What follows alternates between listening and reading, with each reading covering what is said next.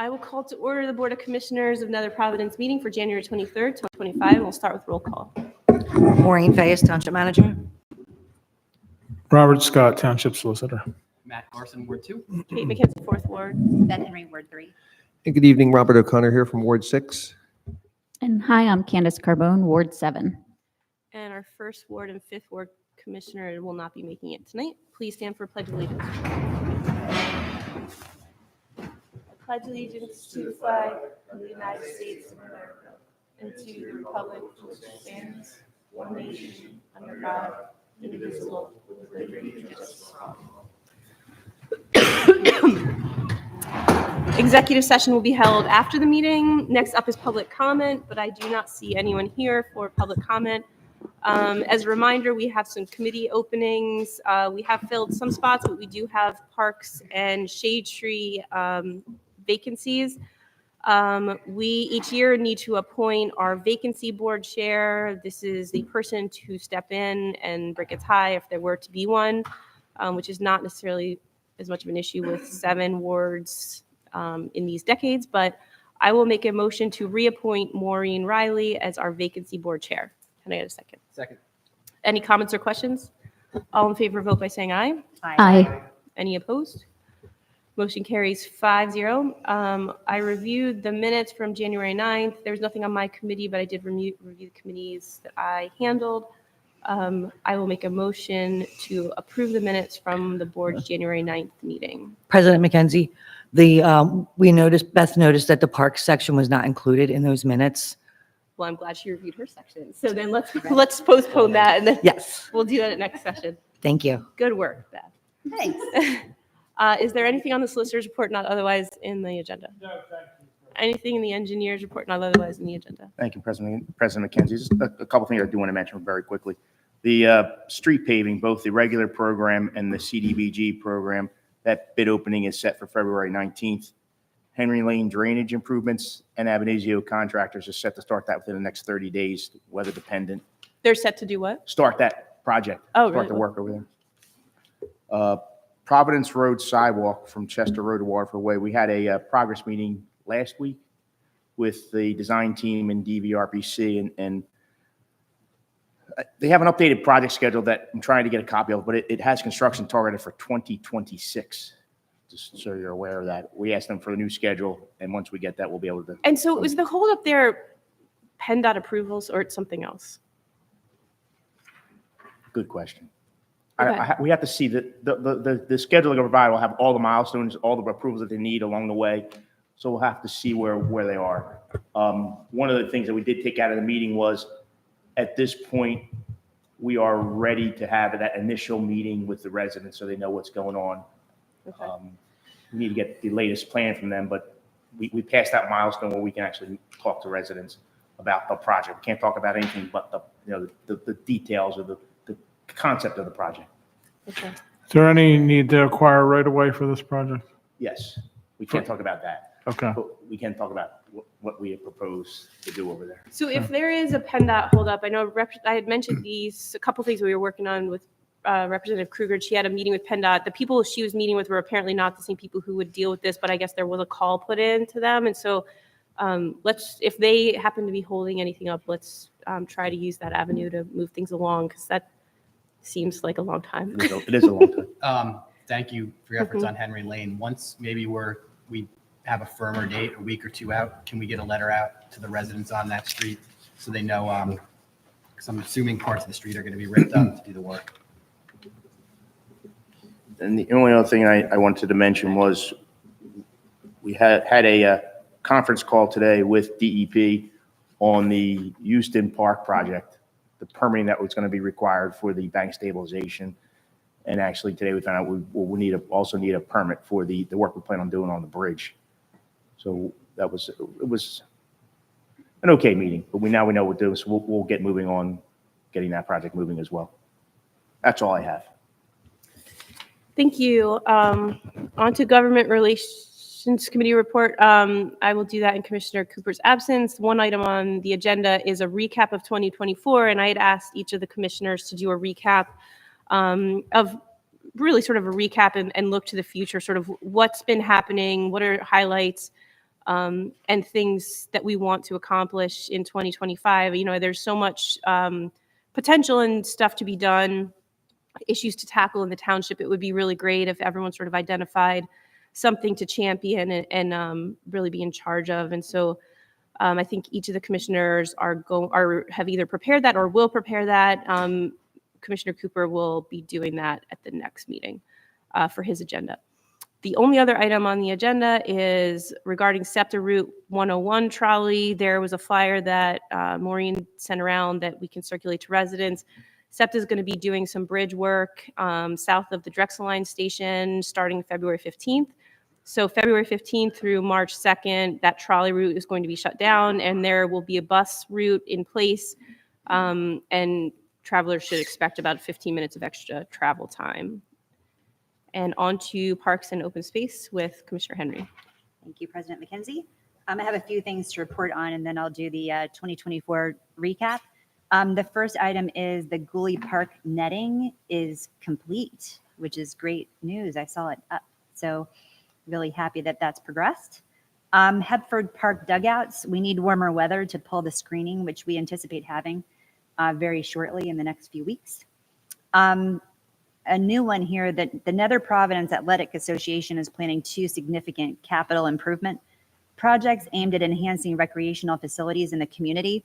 The first one is a Houston Park base path leveling, which involves leveling the base path area at Houston Park to ensure it is consistent with the surrounding turf grass, improving safety and playability for users.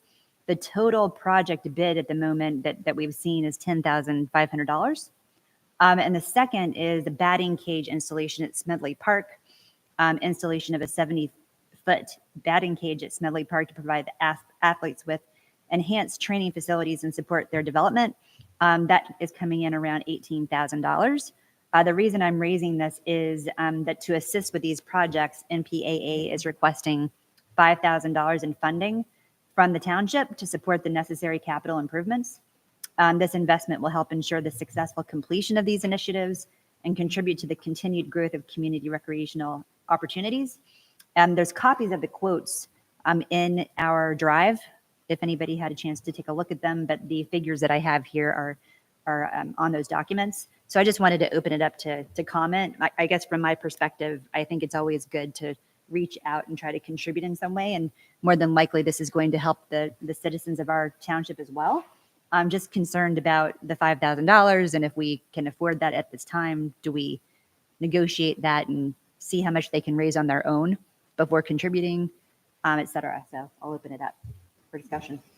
So MPA baseball and softball, I've been, I think, on some emails, and I believe our engineer has as well, that they're going to be applying for some grants and some other things to try to do some additional work at Smedley, specifically for the softball teams. And they really are doing a ton of work on their own, which I appreciate and would like to support. I do think we need to be budget conscious this year. I think we had a very good interest income year last year. I'm not sure it's going to be the same. So we just should be conscious. And so I think I would be in support of this, but I think we also need to make sure that they understand that this is probably a once a year thing and not sort of a every project that comes up type thing.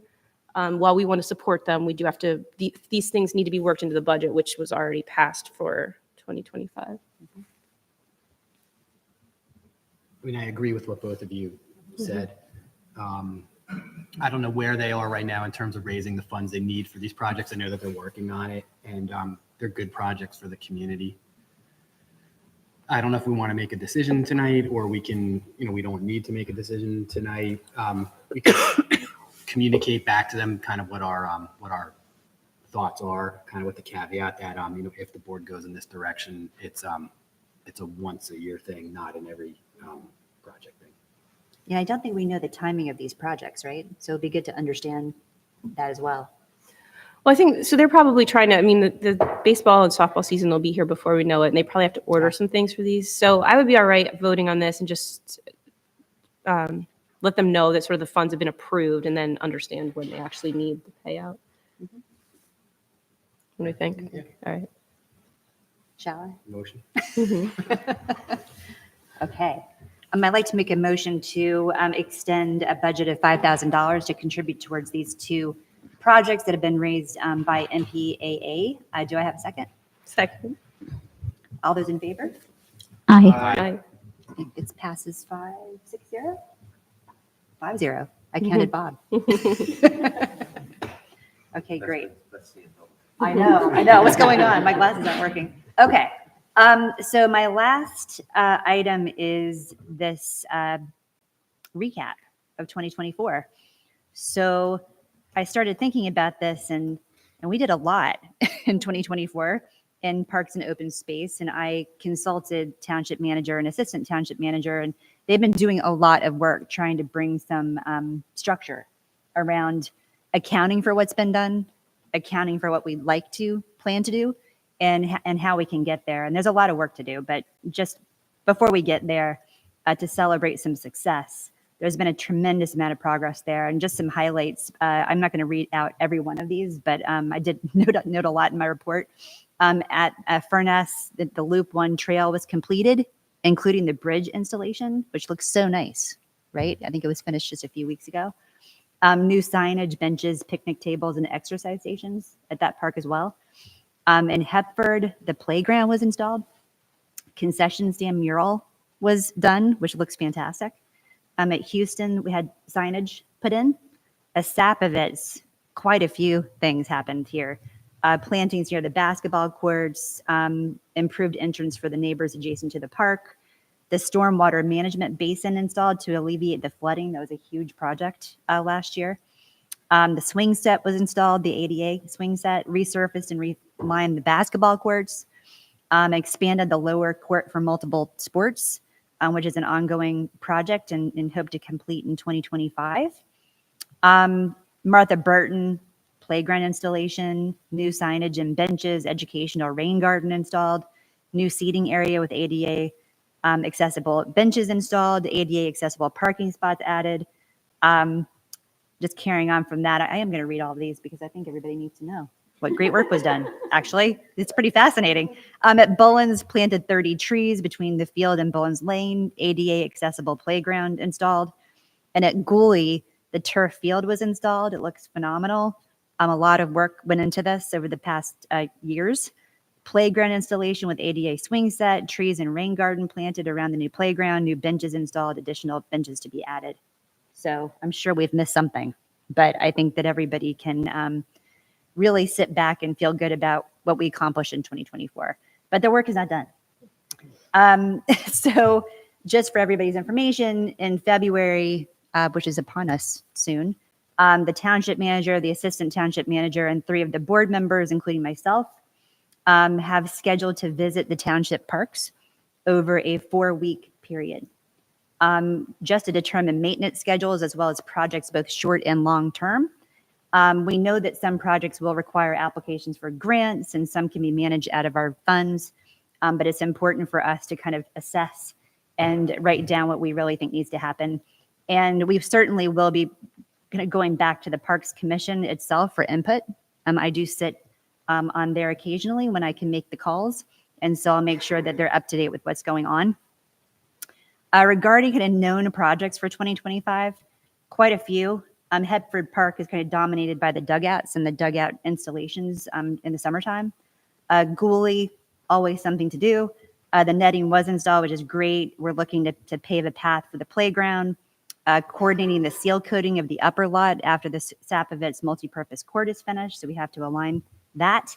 Not on the list, I think it was last meeting that one of the Boy Scouts attended our meeting, and he is kind of progressing with his Eagle Scout project, and he will be working on some stairs down from the upper lot down to the turf field, some benches, and some trees, which will be fantastic.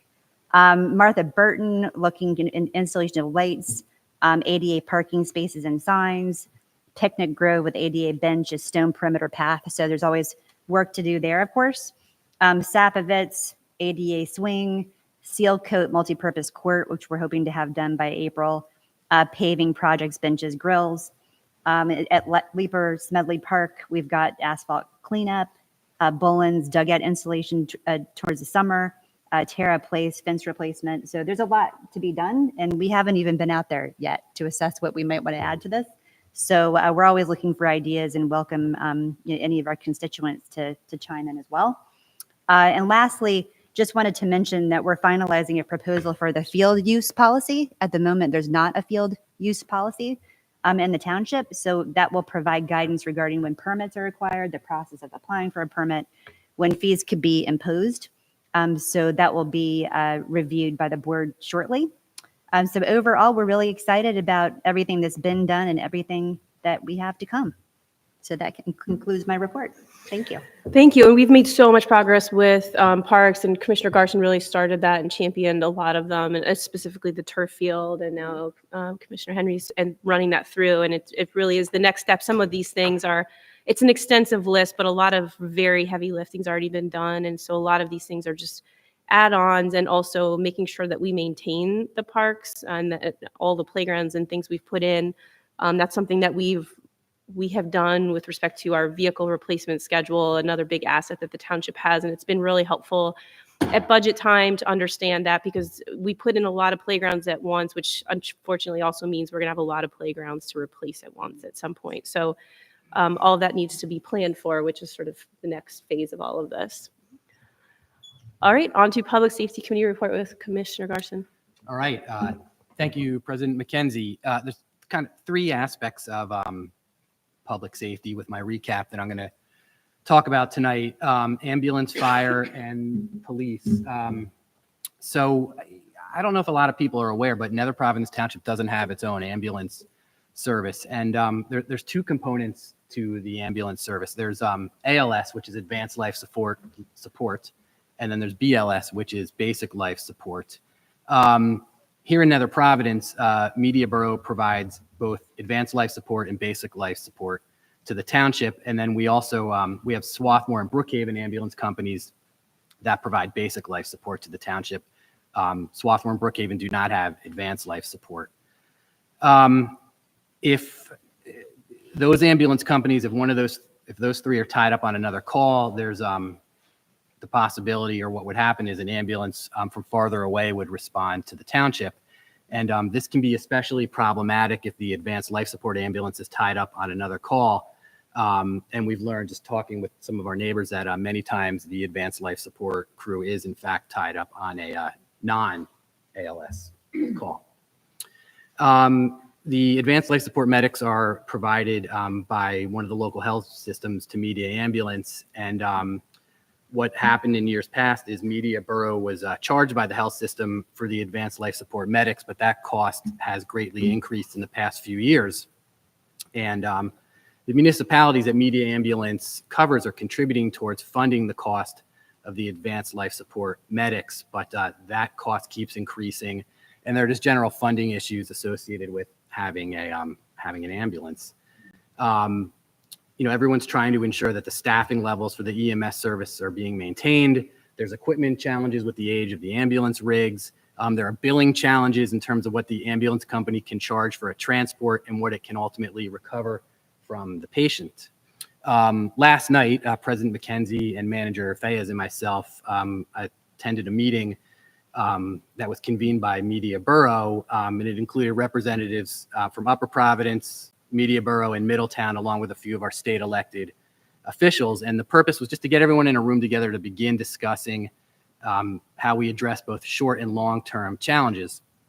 One example of a short-term challenge is the large number of non-emergency calls that the ambulance is responding to, which are not serious in nature. Examples being a lift assist or a non-emergency transport to a hospital where they're not waiting for a private ambulance. They're calling out Media or Swarthmore or Brookhaven. Long-term challenges are the lack of volunteers and just general funding, like I touched on, the increasing Advanced Life Support medic costs. So kind of what we left with last night after the meeting was a plan to have these officials meet quarterly. No decisions have been made. Kind of in the long term, there was some discussion about exploring the possibility of creating a multi-municipal regional authority that would be in charge of ambulance service. We've asked for data from Media Ambulance about the total number of calls that they're responding to in Nether Providence, and of those calls, how many are Advanced Life Support versus Basic Life Support. and how many are resulting in an actual transport to the hospital. Because we're being asked to contribute, we want to be able to base any financial decisions we're making in data. So more to follow, obviously, in 2025 on this issue. A number of us on the board have dived into this, and we're learning as we go along, and we'll continue to share the updates with the board. So moving on to fire. One thing I'll highlight is over the past year, we've added several fire hydrants throughout the township at the recommendation of our fire marshal. Another thing I don't know that some of our newer residents are aware of in Nether Providence is that we have 2 entirely volunteer fire companies located here, Garden City and South Media, and they serve the township and Rose Valley, and obviously they also provide mutual aid to other municipalities when the need arises. Swarthmore Borough has 1 fire company with some paid personnel, and what's been happening, and this is happening across the Commonwealth, is volunteerism is down. We're no different here in Nether Providence. However, through a stipend program that Garden City initiated, they've actually increased the number of volunteers available to fight fires, which is exciting to see, and things are trending in the right direction. South Media has also started a stipend program, but it's in its early stages, so we don't really have data yet in terms of whether they've increased their ranks of folks available to fight fires. There is the long-term challenge of funding and ensuring that there is enough personnel to respond to emergencies. There's also the challenge of funding extremely expensive apparatus. Fire trucks are not cheap, millions of dollars at times each. So what we've done here is we've undertaken a joint study with Swarthmore and Rose Valley to analyze all aspects of fire coverage in our municipalities. And just some examples of what the study is going to address are the number of personnel available to fight a fire, call data in terms of where our fire companies are responding and how often mutual aid is coming in to assist us, the apparatus, the types and condition, and measuring what we have versus the best practices in the fire safety world, what else might we need, and honestly, what may we no longer need. The study is also going to be looking at funding, training, and policies and procedures. As of right now, the study's in the data collection phase. The plan is that once we have the data and ultimately a report from the fire consultant, this will guide future discussions about the future of fire service. No decisions have been made, but depending on what the data shows in the long term, there could be a merger or consolidation of the fire companies. But obviously, we need data in order to have an intelligent, data-driven discussion. You'll hear that word data a lot from me, but I think instead of just kind of in the past, sort of at times, data, right? Tomato or tomato. Kind of, we don't want to be flying by the seat of our pants when we need to make really expensive decisions that impact people's lives. So we should have a preliminary report from the consultant in the early spring, and we'll share that information with the board and the community. I know I'm speaking for a while here. Turning to the police department, we are fortunate to live in an exceedingly safe community, and obviously we're not immune from crime, but fortunately we don't experience too much of it. And we are fortunate to have residents who support our police department. If you look at the police department's Facebook page, I think once a week somebody's dropping off brownies or pizza, and they're there, and that's wonderful. But we can't take our safety for granted. It's a team effort, and it starts at the top with our leadership in the Nether Province Police Department. The gentleman sitting over there, Chief Splain. This board's been committed to ensuring that the police department's fully staffed. In the past year, we hired 2 officers, Officer Taryn Kelly and Officer Micah Coverdale returned after a little hiatus from us. Matthew Liss was promoted to sergeant, and in 2025, we're planning to hire 2 new officers to keep the force at full strength.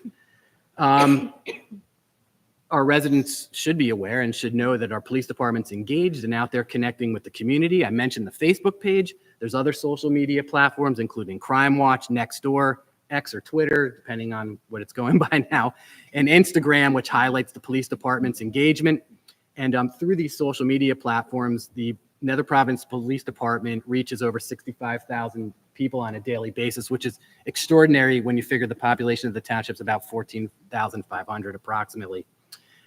Every day, our officers are out visiting every school in the township, which I think is great. Just more community engagement and keeping an eye on the schools and the children. Our police department's fully accredited. We worked with Chief on that process, and we were one of the first municipalities in Delaware County to be accredited. The accreditation process continues each year to ensure that the high standards continue to be met. On funding, we continue to explore grant opportunities to supplement the funding that comes through our tax base. And some examples of grant opportunities include the license plate readers. We submitted a grant a little while ago to hopefully get a license plate reader to combat auto theft. Some of our neighboring municipalities have them, and hopefully, if we're successful in the grant, it'll assist the police department in the event we do have some more cars disappear. We're working with the county on police radios. We've deployed a network of cameras at our parks to ensure safety and combat vandalism. Recently, the cameras went live at Gooley Park. And in the parks where the cameras have been installed, our vandalism incidents have dropped to 0. So in 2025, I'd like the board to work with the police department to explore grant and funding opportunities to deploy additional cameras in the parks in the township. It saves on manpower in the sense that, the officers can remotely monitor what's going on. And like I mentioned, it stops the vandalism. Thank you.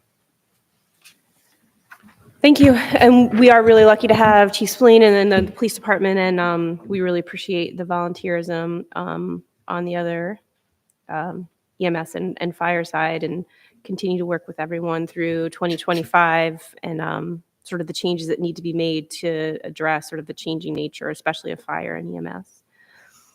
Next is the Finance Administration Committee report with me. I am going to save my committee report, my recap, until next week because I have bills, and also I'm just not as prepared as I would like to be. So we will go on to the motion for appointment of our auditor. We've worked with B. Burval to do our township audit for the last several years. They've really helped us get some good policies and procedures in place, and we do have a good working relationship with them. This would be the engagement letter to do an audit that will be performed in 2025, but it will be regarding the 2024 books and records. So I would make a motion to accept the engagement terms from B. Bergvall for our 2024 audit. Can I get a second? Second. Any comments or questions? All in favor, vote by saying aye. Aye. Any opposed? That motion carries 5-0. And on to the bills. We are going to start with the AP bills list. On page 1, we have several charges from Catania Engineering related to the many many projects, most of them parks related, that Commissioner Henry mentioned in her recap. We have first quarter premiums for Delaware Valley Property and Liability Trust, first quarter premiums for our workers' compensation, premiums for police department medical, Divot, which is medical and dental for our administrative staff, DePaul and Company, a final payment for Furness. Like Commissioner Henry mentioned, that's project has wrapped up and the bridge is in place and looks great. On the bottom of page 3 is a charge for our CPA firm that we have been using successfully for a while now in place of a finance director. The middle of page 4, Eastern Salt Company for some salt, lots of tons, which I'm sure is much needed right now. Lynn Architects in the bottom of page 5, which would be UNO inspections for December. You'll also see throughout the bills, the AP bills list, we made our first quarter contributions to all of our funded organizations, and we paid our police department uniform cleaning allowance to 14 officers. On to the interim bills list.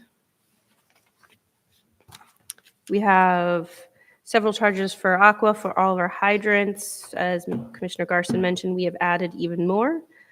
So we have lots and lots of hydrants now. B&L disposal, those are the December charges for recycling. Some additional Catania engineering charges that were paid in the interim and between meetings. JCB financing, that is on page 4. For the skid steer, That's our financing payment. We bought that, but are making payments. Okay, so a payment for the new skid steer. And finally, LJ Palillo, that's some of the construction work that took place in Sapovitz Park. Actually, that's listed on the bills list as the Public Works Garage, but it's listed on here as Sapovitz. Do we know which one that related to? 27,000, maybe it's both. I'll have to double check with Jess Paolello was the contractor who did some of the stabilization work at Sapovitz, and they're working on the garage. Okay, let's just make So- sure this is correct on the Yes. bills list.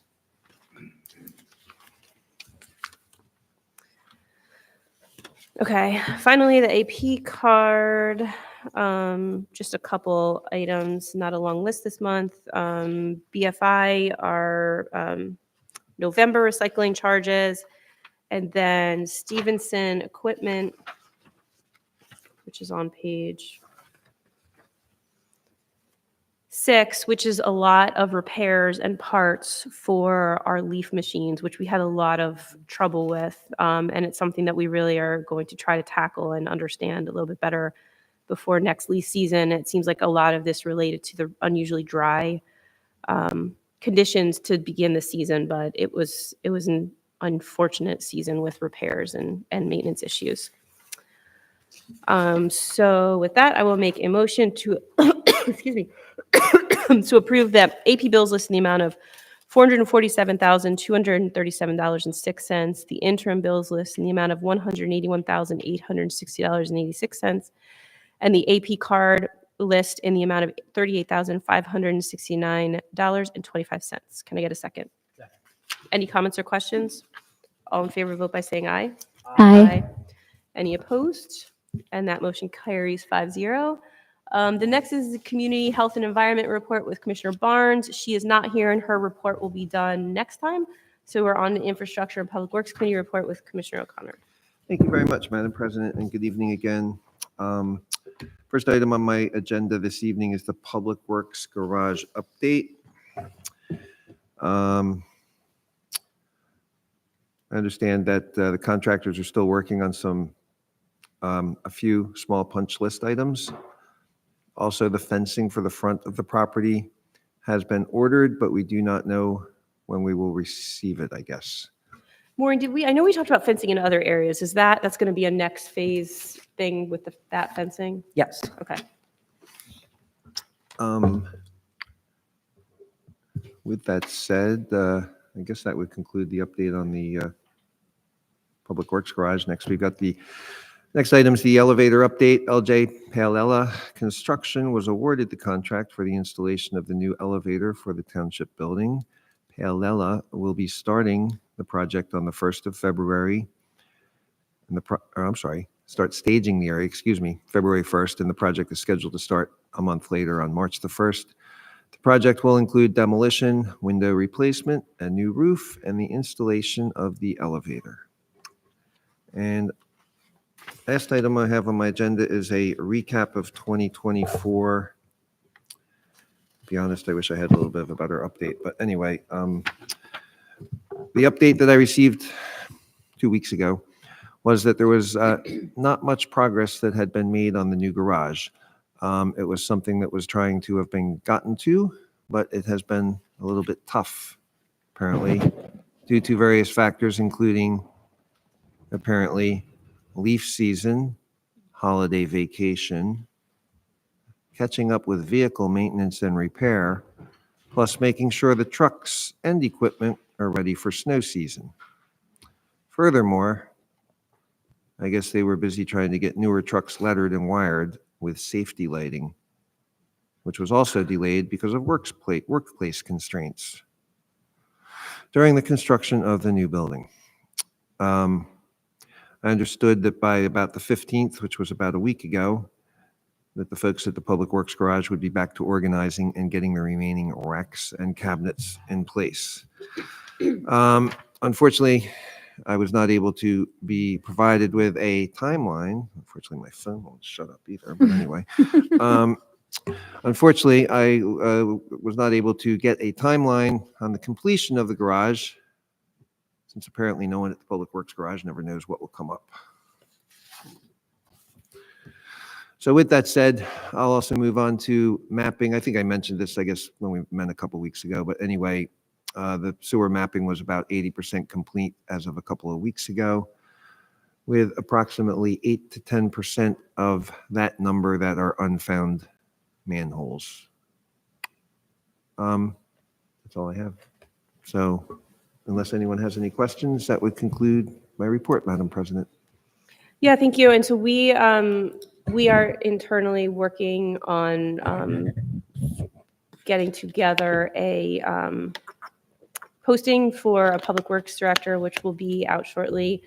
And if anyone is interested in share that post will be shared by township manager and to this group and others. And if there's anyone that you would encourage to apply, please, feel free to do that.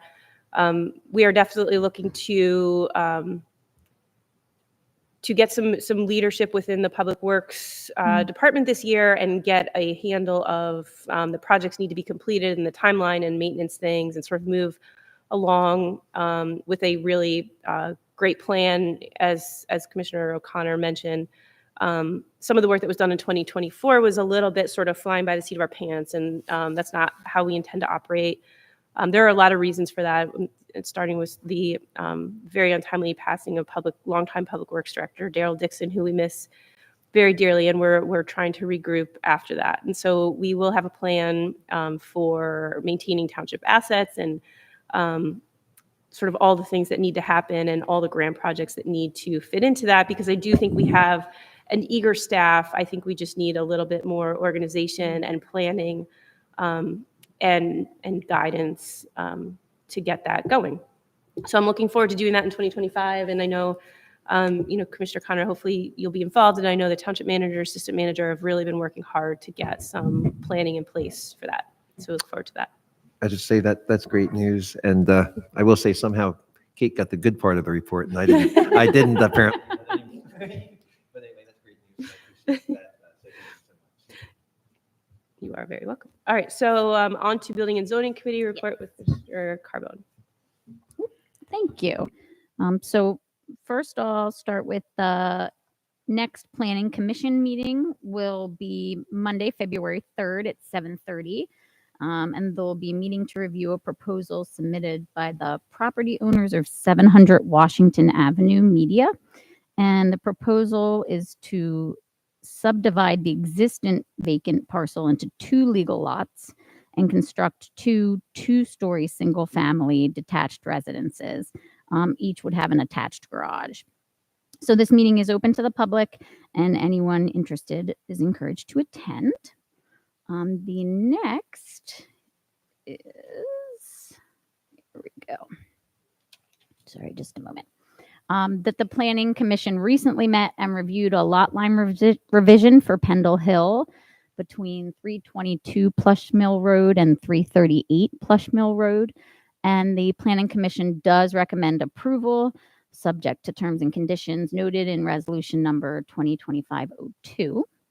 So at this time, I'd like to make a motion to adopt resolution number 2025-02 for the proposed relocation of lot lines between 322 Plush Mill Road and 338 Plush Mill Road in Nether Providence.